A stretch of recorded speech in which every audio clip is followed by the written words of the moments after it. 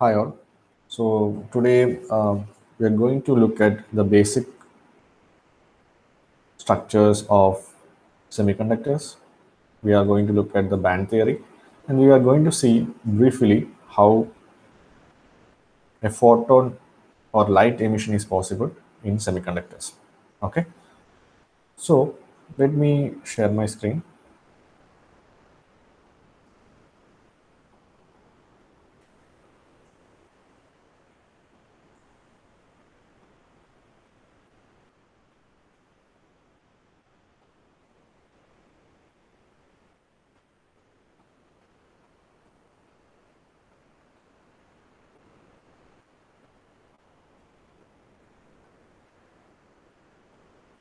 Okay, so in this lecture we are going to see some basic things about semiconductors.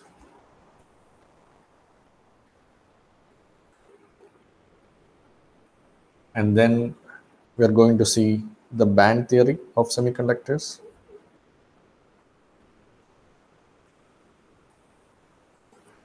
And we are also going to see how the light emission is possible using semiconductors. So our course outcome for this part is basically the student needs to understand the photon absorption, emission, etc. using the semiconductor. Okay, so we will start with very basic things, and then we will move to bit more complicated ones. But we are not going looking into any of the mathematical equation. This is just a review of your solid state devices topic. Okay, fine. So let me list the periodic table elements for group number 2, 3, 4, 5, and 6. So in group 2, you have zinc and cadmium. In group 3, you have boron, aluminum, gallium, and indium. In group 4, you have carbon, silicon, germanium, etc. In group 5, you have nitrogen, phosphorus, arsenic, antimony. And in group 6, you have selenium, tellurium, etc. Okay. The group that of our interest is group number 4. And this group is specifically responsible for semi conduction, and they are called as semiconductors. Now, why they are called as semiconductors? Because the conductivity denoted as sigma is greater than that of insulator. So I say sigma SC is greater than that of sigma insulator. Also, sigma SC is less than that of sigma conductors. So the conductivity is the one which decides whether it is a semiconductor, insulator, or a conductor. Okay. So if the conductor's conductivity is of the order of thousands, so if this is of the order of thousands, this might be of the order of tens, and this might be of the order of like ones, something like that.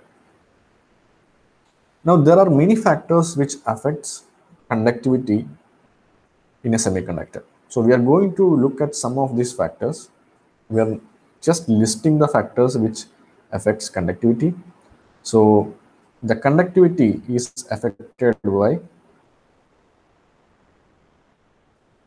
the conductivity of semiconductor in specific is affected by One, the temperature.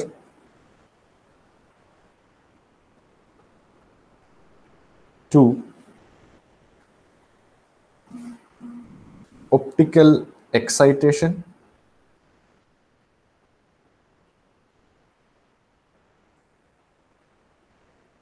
And three, doping. Okay. അതായത് ഒരു semi കണ്ടക്ടറിൻ്റെ conductivity ഈ 3 പാരാമീറ്റേഴ്സിനെ ആണ് depend ചെയ്തേക്കുന്നത്. ആദ്യത്തെ temperature വലിയൊരു ഫാക്ടറാണ് conductivity effect ചെയ്യുന്നത്. രണ്ടാമത്തെ ഒപ്റ്റിക്കൽ എക്സൈറ്റേഷൻ, ഒരു ലൈറ്റ് സെമി കണ്ടക്ടറിൽ വീണ് കഴിഞ്ഞാൽ അതിൻ്റെ കണ്ടക്ടിവിറ്റി ചേഞ്ച് ആവും. 3, ഡോപ്പിംഗ്, ഇമ്പ്യൂരിറ്റീസ് ആഡ് ചെയ്ത് കഴിഞ്ഞാൽ കണ്ടക്ടിവിറ്റി ചേഞ്ച് ആവും. Okay, and temperature is mainly called as the villain. Like temperature കാരണം പല രീതിയിലുള്ള പ്രോപ്പർട്ടീസും ചേഞ്ച് ആവും. അത് കാരണമാണ് it is one significant factors in the conductivity. Let's move on to describe an atom. So Niels Bohr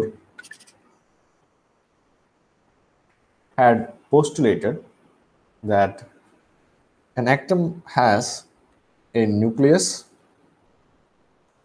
and around the nucleus there are multiple electrons in an orbit.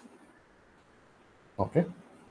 So the electrons will occupy some orbits and some orbits will be vacant. The electrons in the outermost shell or the orbit is called as the valence electrons.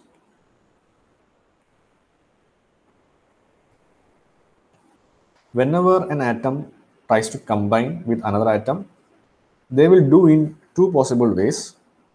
One is called as ionic bonding, where these valence electrons will be received or sent to other atoms and they will bond together. Other form of bonding is called as covalent bonding, where the valence electrons will be shared between two atoms. In the case of semiconductors, they form covalent bonding. That means the valence electrons will be shared between different atoms. So let's see how the structure of a covalent bonded atom will look like. So in the middle, let's say I'm using the structure of silicon. So there's a silicon atom in the middle. There will be multiple silicon atoms at different parts of the structure. And there is a bonding between each of these silicon atoms. Okay.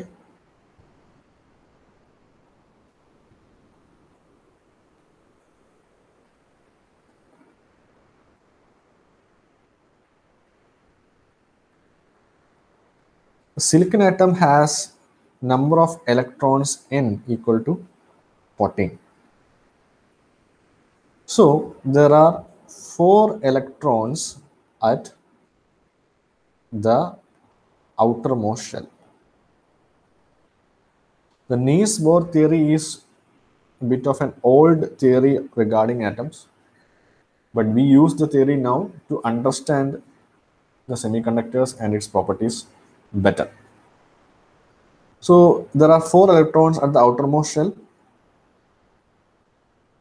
and you can see that, so there is 1 electron here, there is 1 electron, 1 electron, 1 electron, 1 electron. So each of these 4 electrons will be shared with other atom. So there is a sharing happening between this silicon and this silicon. There is a sharing happening between this silicon and this silicon. There is a sharing happening between this silicon atom, and there is a sharing happening between this silicon and this silicon. So the electrons of silicon are shared. Now, so you can see that there are no free electrons in this case. So ideally, there should not be any conductivity because conduction of conduction is happening because of free electrons.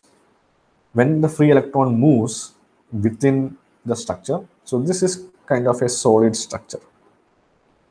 In solid, it will be like something like this. So in a solid structure, if the electron moves, then there's a conduction. For an electron to move, it should be free. The electron only at the valence shell is free. So here the electrons are not free anywhere because everything is covalently bonded. So the conduction is very less. Now, instead of using silicon, I'm going to have an arsenic atom instead of one of the silicon elements, silicon structure in this one. So I'm going to remove the silicon and I'm going to put an arsenic at the middle. Now arsenic is a pentavalent element. This is a pentavalent element, means it has 5 electrons at the outermost shell.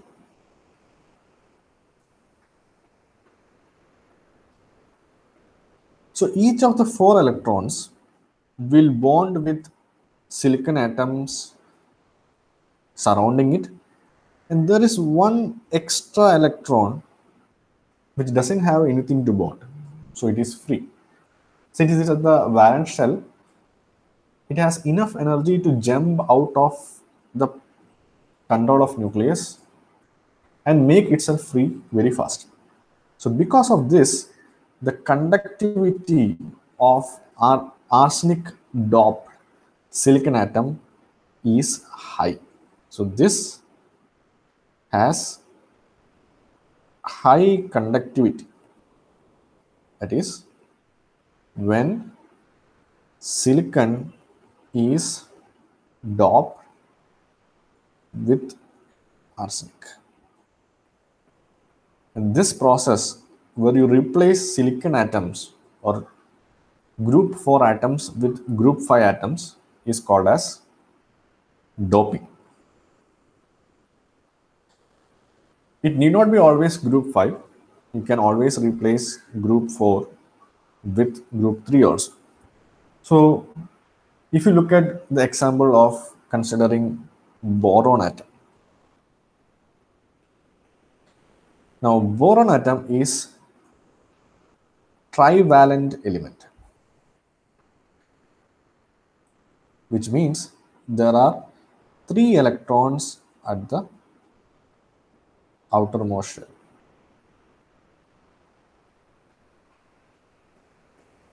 So if I replace the silicon atom in the structure,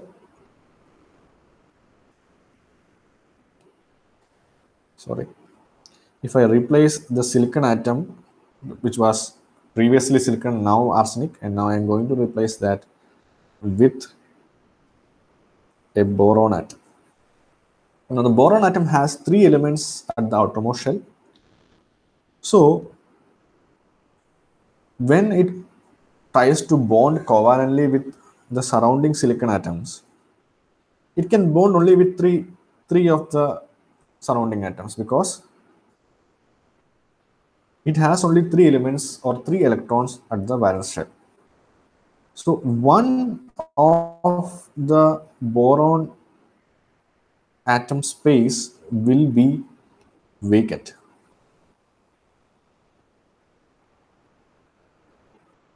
So this will be vacant. And this is called, so basically you can have something called as a hole. So this is called as a hole. Okay. So hole is a vacancy of the trivalent or any atom which vacancy produced by any of the trivalent impurity, or it can be any of the impurity. And conduction happens in hole using a procedure in which an electron from other covalent bond can jump to this hole, and it will create a hole from which it has jumped. So if the electron jumps to this hole, then it creates a hole here.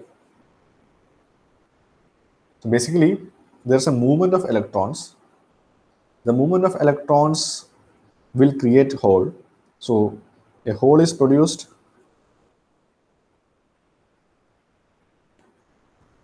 because of trivalent doping.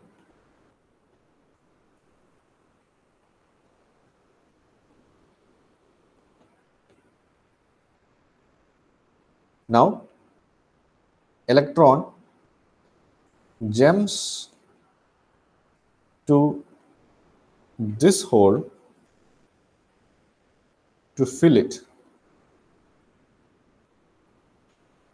but it also creates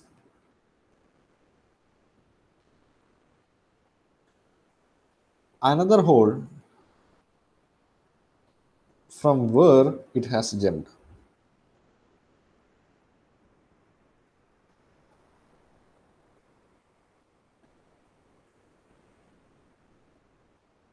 Okay. Thus, there is a movement of electrons in the structure, and this increases conductivity. So when you are doping with the pentavalent impurity,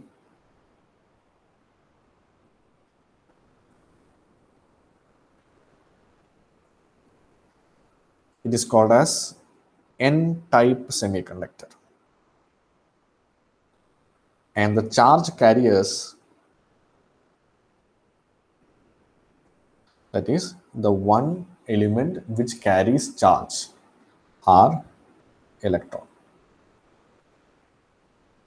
And if you dope with trivalent impurity,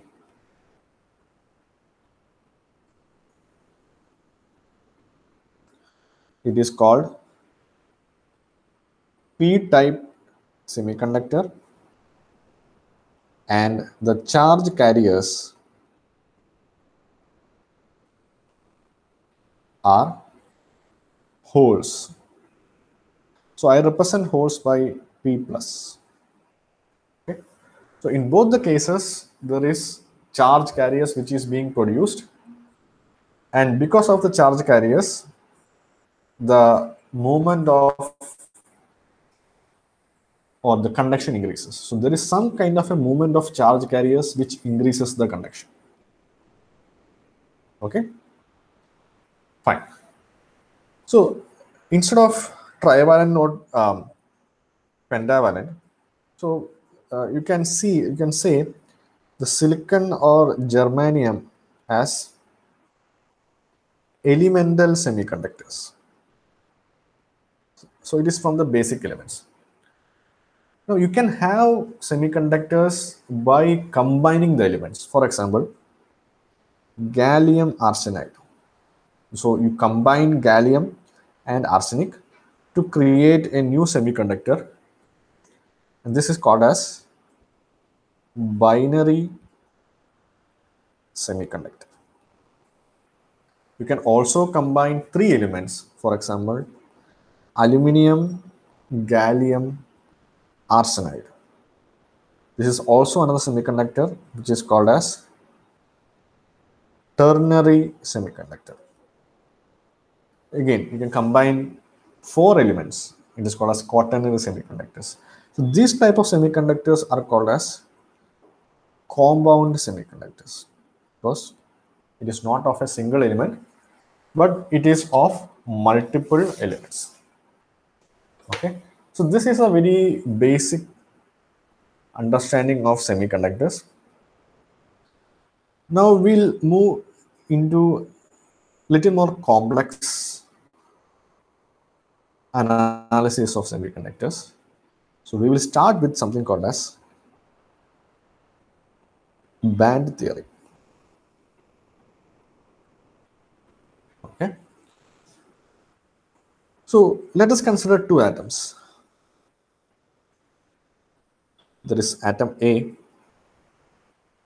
and there is atom B, and they are separated by a huge distance, such that atom A cannot influence atom B and atom B cannot influence atom A. So each of this atom has an energy level. Okay, so every electron in an atom can occupy only a specific number of energy levels. Okay, so every electron can occupy only specific energy levels. This is from quantum theory, which says the electrons cannot occupy a continuous energy level, but it can occupy only a specific energy level. Now, what do you mean by energy level? Okay, so there is something called zero energy. There is no energy. There is some energy levels like this. Okay, so each of this level have some amount of energy associated with it. For example, this might be something like minus 13 electron volt, minus 12 electron volt, minus 10 electron volt, minus 3 electron volt, etc. And an electron can sit in each of these energy levels anywhere it wants, depending on the energy it has. So basically, an energy level is an indication of how much energy the electron has. So if you consider this scenario where you have A and B separated by a huge distance, and assuming that A has one energy level and B has another energy level, the energy levels will not be influenced by each other. So A can have its own energy level, B can have its own energy level. It doesn't matter. But when you bring A closer to B, okay, so when they were apart, assume that this has minus 10 electron volt energy level, this also has minus 10 electron volt energy level. It is totally okay. There is no problem with it. But when you make them close to each other, the energy level will get split. So now they have two different set of energy levels. So this will be minus 10 electron volt and this will be minus 7 electron volt, for an example. So now the individual atoms doesn't have an energy level of its choice. Because the atoms have come together, the energy level will get split. So what if there were four atoms? So there is A, there is B, there is C, there is D. Remember, each atom has at least one energy level associated with it. So when they have four different atoms, and each atom having one energy level associated with it, when they come closer, these energy levels will get split into four different energy levels. So what if you consider a solid where you have millions of atoms packed together, and so we'll have a large number of energy levels, and these energy levels can be stacked together to form a band. So each energy band has large number of energy levels stacked together. Okay. So in a solid or wherever is a situation in which all the atoms have come together, the energy levels of each of the atoms will split and form large number of energy levels, and this collection of energy levels is called as a band. So what do you mean by energy levels? Energy levels are the levels in which an electron can sit, or it is basically the energy of the electron. So energy of the electron, I am saying in terms of something called as an energy level. Okay. So in each of this band, in each of the energy level inside the band, an electron can sit. So the next question is, how many electrons can be occupied in a single energy level? Is it possible to occupy 100? Is it possible to occupy million? So what is the limit in which the number of electrons can have in an energy level? And that is stated by Mr. Pauli. So there is something called as Pauli's exclusion principle, which states no two electrons can have the same energy. എന്ന് പറഞ്ഞാൽ രണ്ട് ഇലക്ട്രോണിന് ഒരിക്കലും ഒരേ energy വരില്ല. ഒരു electron A എന്ന് പറയുന്ന ആറ്റത്തിലെ ഇലക്ട്രോണിന് -10 electron volt എനർജിയും ബി എന്ന് പറയുന്ന ആറ്റത്തിലെ ഇലക്ട്രോണിന് -10 ഇലക്ട്രോൺ വോൾട്ട് എനർജിയും, രണ്ടും സെയിം എനർജിയും ഉണ്ടെങ്കിൽ അവരടുത്ത് വന്നു കഴിഞ്ഞാൽ, രണ്ട് ആറ്റം അടുത്ത് വന്നു കഴിഞ്ഞാൽ രണ്ട് ആറ്റത്തിനും -10 ഇലക്ട്രോൺ വോൾട്ട് എന്നുള്ള എനർജി പോസിബിൾ അല്ല. They will arrange in such a way that the energy between the two atoms or energy of each of the atom is different. So this is a very, very important theory. Why it is important? So if you have 1 million atoms coming together in a solid, none of the electrons will have a single or the same energy. No two electrons will have the same energy. Or in other words, each electron occupy a different energy level. So in the band, each electron will be occupying a different energy level. This is called as Pauli's exclusion principle. This is the most important principle in a band theory. Okay. So now we'll see in semiconductor how this band behaves. Okay. So let's write the configuration for silicon. So silicon, as I said earlier, you have 14 electrons. So I can write the configuration as 1s2, 2s2,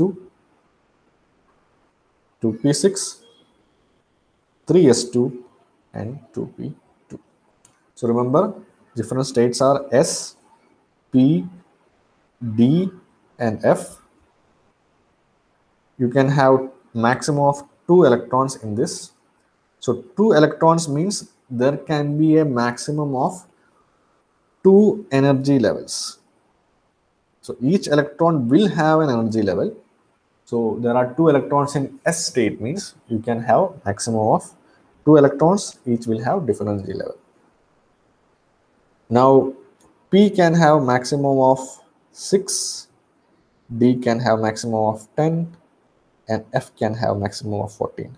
So this is the maximum number of electrons possible in each of the states. Okay. So if you look at the structure of silicon, you see that the P shell or P state is not filled. So S state is filled. So this is basically the valence electrons. There are 4 valence electrons. But the P is the outermost one, which could have been filled till 6. But it is filled only 2. Okay.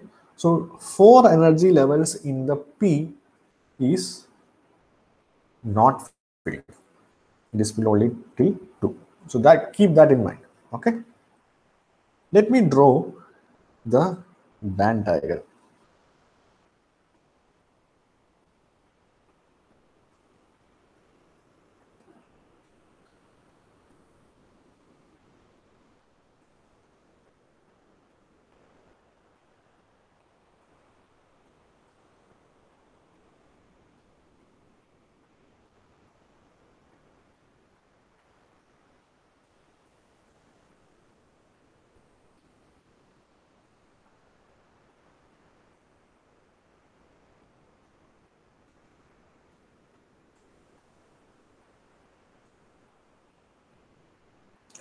This looks complicated, but when I explain it will be easy.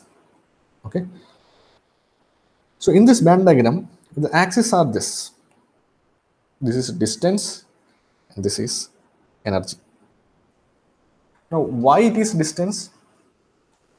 Assume that the electrons are placed in a single line string. If you remember abacus, so you might have written on slates and there is an abacus beads on it, in which in a single string you will have multiple beads.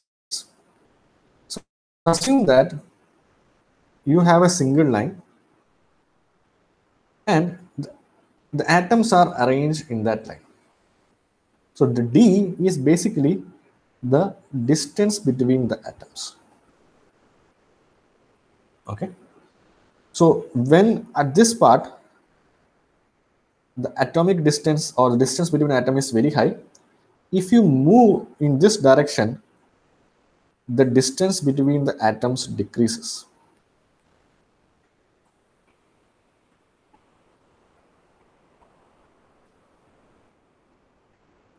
Okay.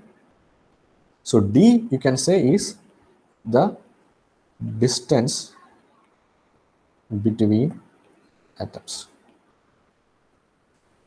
As I said earlier, when the distance between atoms is large, then there is no kind of interaction between the atoms and the atoms is free from others. So the electrons, they can decide what energy level they want and they can sit in that energy level. So in this part, so basically in this part, the atoms or the electrons are free to themselves. So let's say N is the total number of atoms in the material. Okay. N is the total number of atoms in the material. So this is a silicon material. So if there are n atoms in the material, there are 2n electrons in 3s state, because if you look at here, the 3s has 2 electrons. So in each atom. So if there are n atoms, there are 2n electrons. Similarly, there are 2n electrons in 2p state, because if you look at here, there are 2 electrons in p state in each atom. So if there are n atoms, there are 2n electrons. Okay. So in this part, you can say there are 2n p electrons, means electrons in p state, and there are 2n s electrons in s state. But you can have 6 electrons in p state. Okay. So there are actually 6n energy levels in this part, and there are 2n energy levels in this part, but they are all filled. Okay, so they are totally, completely independent. Now, when I come back to here, now the distance between the atoms is less. So there is some kind of an interaction which is going to happen between the atoms, and the energy levels starts splitting. Okay, so I can say that around maybe 4n energy levels might be available now. Remember, each electron has one energy level. So there are 2 electrons in S, 2 electrons in P, which means there are 4 energy levels, and that 4 energy levels can come in this part. Okay, so basically this can have total of 6 plus 2, that is 8n energy levels. 6n plus 2n energy levels. This much energy levels we can have, because they have come together and they have split their energy levels. So electrons from S and electrons from P came together and split. Now let's move further. So we have moved from here to here. Let's move to here. So what's happening here? So if you draw this line here, so there are multiple energy states here, because this is a band. Each band means there are different energy levels, and again there are multiple energy levels here. So this is a band, and there's a portion here in which no such band occurs. This is called as band gap, where there are no energy levels available for the material. No energy levels available means, so there are no electrons in that band gap. So band gap doesn't have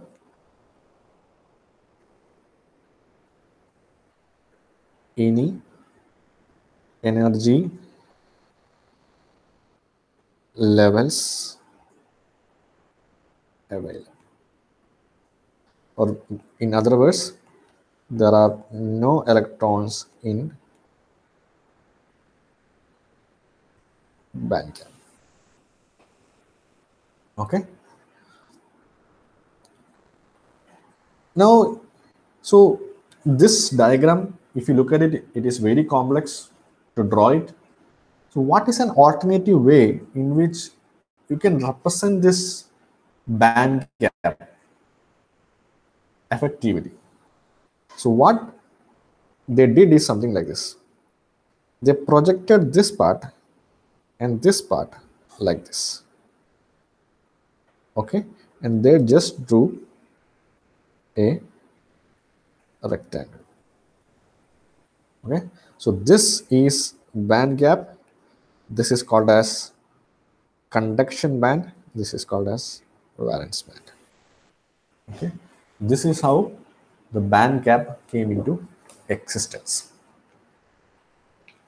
Now we will look at how the band gap influences the conduction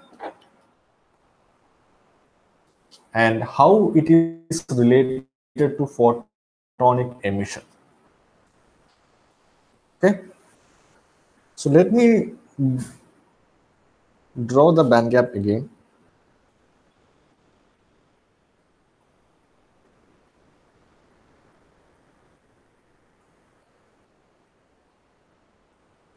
Okay, so this is the band gap, and this along the up direction is the energy.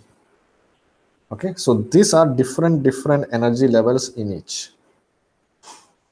We represent the energy of the band gap as Eg. This portion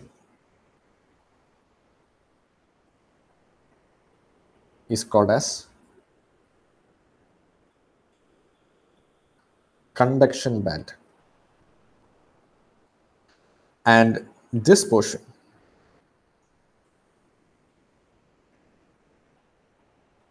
is called as valence band. And electrons can occupy any energy levels in valence band or in conduction band. Okay? So I can represent the valence band energy as EV and the conduction band energy as EC. Okay. So you can classify different elements as semiconductors, conductors, or insulators based on whether their band gap is small, large, or overlapped. So if it is a conductor, it has an overlapped band. So you can see that EV is overlapping with EC. So this is the valence band, and this is the conduction band. Electron in a conduction band only can conduct current. Okay, so conduction band, in conduction band, electrons are the charge carriers. In valence band, holes are the charge carriers. Now in conductor, since both of them are overlapped, you will have sufficient amount of electrons or holes to conduct electricity. Now if you look at insulator, there's a big gap between conduction band and valence band. Okay, so if there is an electron in valence band, it cannot conduct electricity. It should move to conduction band to conduct electricity. That means it needs to jump across the band gap to conduction band to conduct. So for insulators, this band gap will be approximately 6 electron volt, which is a very high value. So to have the electron jump from valence band to conduction band, you need to supply at least 6 electron volt of energy for the electron to reach conduction band and conduct electricity. If it is not reaching, then it can't conduct. Okay, so you might need to excite the material with high photonic excitation or high doping concentration or high temperature, then only it will conduct. It is very difficult. So this is the state of insulators, and this is the state of conductors. Coming to semiconductors, you have a band gap which is less than insulators but greater than conductors. So conduction band, valence band. So this is approximately 1 electron volt. So you don't need to supply as much energy as in insulators to semiconductors to jump for the electron in valence band to jump to conduction band. But you need to supply more energy than in conductors to do the same. Okay. Now, it is also possible the electrons can jump from conduction band to valence band and combine with the hole in valence band, because in valence band the charge carriers are holes. When such a thing occur, it is reducing the energy. Remember, this is the energy level. So this has low energy. Here it has high energy. So as you climb up the band diagram, you are increasing the energy. So whenever you want to increase the energy, it should be supplied from somewhere outside. You can't produce energy. So that is conservation of energy. Similarly, when you come down, you need to release your energy. That energy release should be in some kind of a form. In some form, it should release energy. One of the form is by light emission, or one of the form, or the main form, is to emit as some kind of a wave, because a wave carries energy. Okay, so you can represent the band gap energy as h into nu, where h is the Planck's constant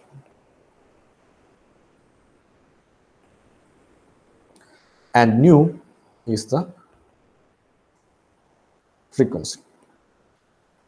Okay, so I can also write this as h into c by lambda, because nu is equal to c by lambda.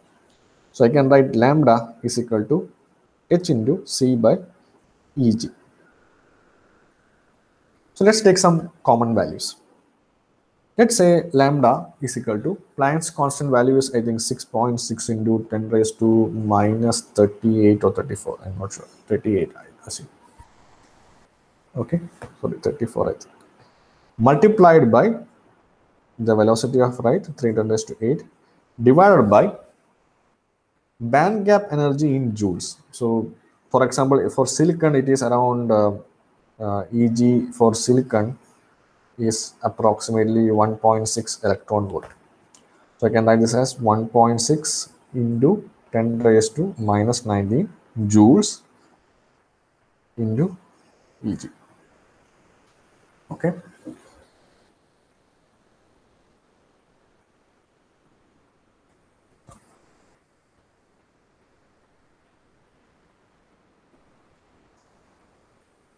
So,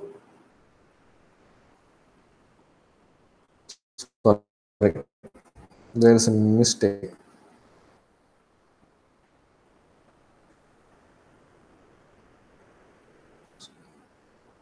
So I can write directly as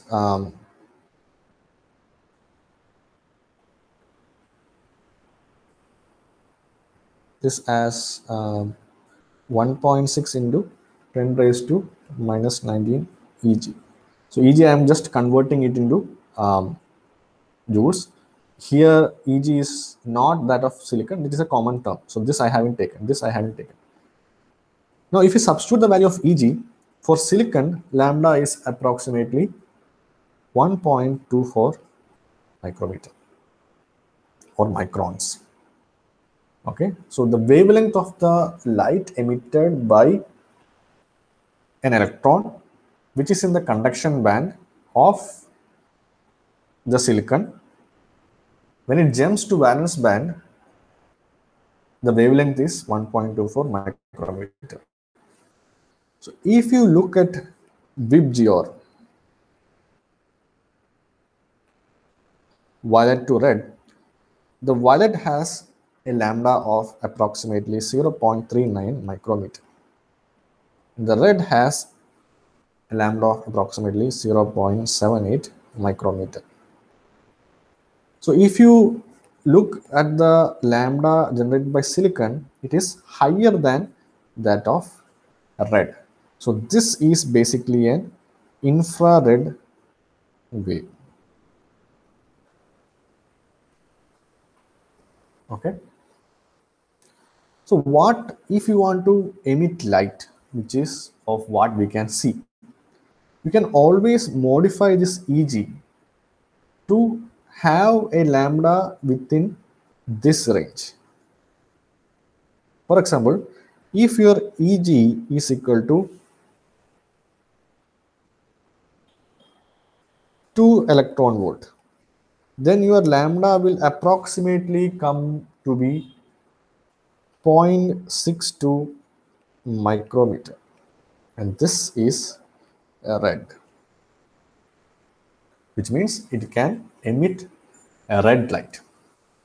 So band gap design is one of hot topics in semiconductor devices, where you can adjust the band gap using different techniques to emit different lights of different color. Basically, if you look at LEDs have different colors. That is because you can design an LED with a specific band gap so that it will emit light of a particular wavelength. Okay, and this is how photonic emission is happening, where when an electron comes down from conduction band to valence band, it will shed its energy. It is shedding the energy using by emitting light. So that light contains the energy which is discarded by the electron. Okay, so I hope you have understood the basic concepts of semiconductors, and then we looked at the band theory. We saw how the band is forming, and you can have multiple electrons in a single band. We looked at the complex structure of band. We see how it can be represented by a simple structure by multiple rectangles. There is a band gap, and then we also saw how the electrons can be when how the light is produced when the electrons are uh, releases energy from conduction band to valence band. Okay. So I hope you have understood this. I think we will stop it here, and let me know if you have any doubts or comments, or you want any discussion regarding the same. Okay. Thank you for listening.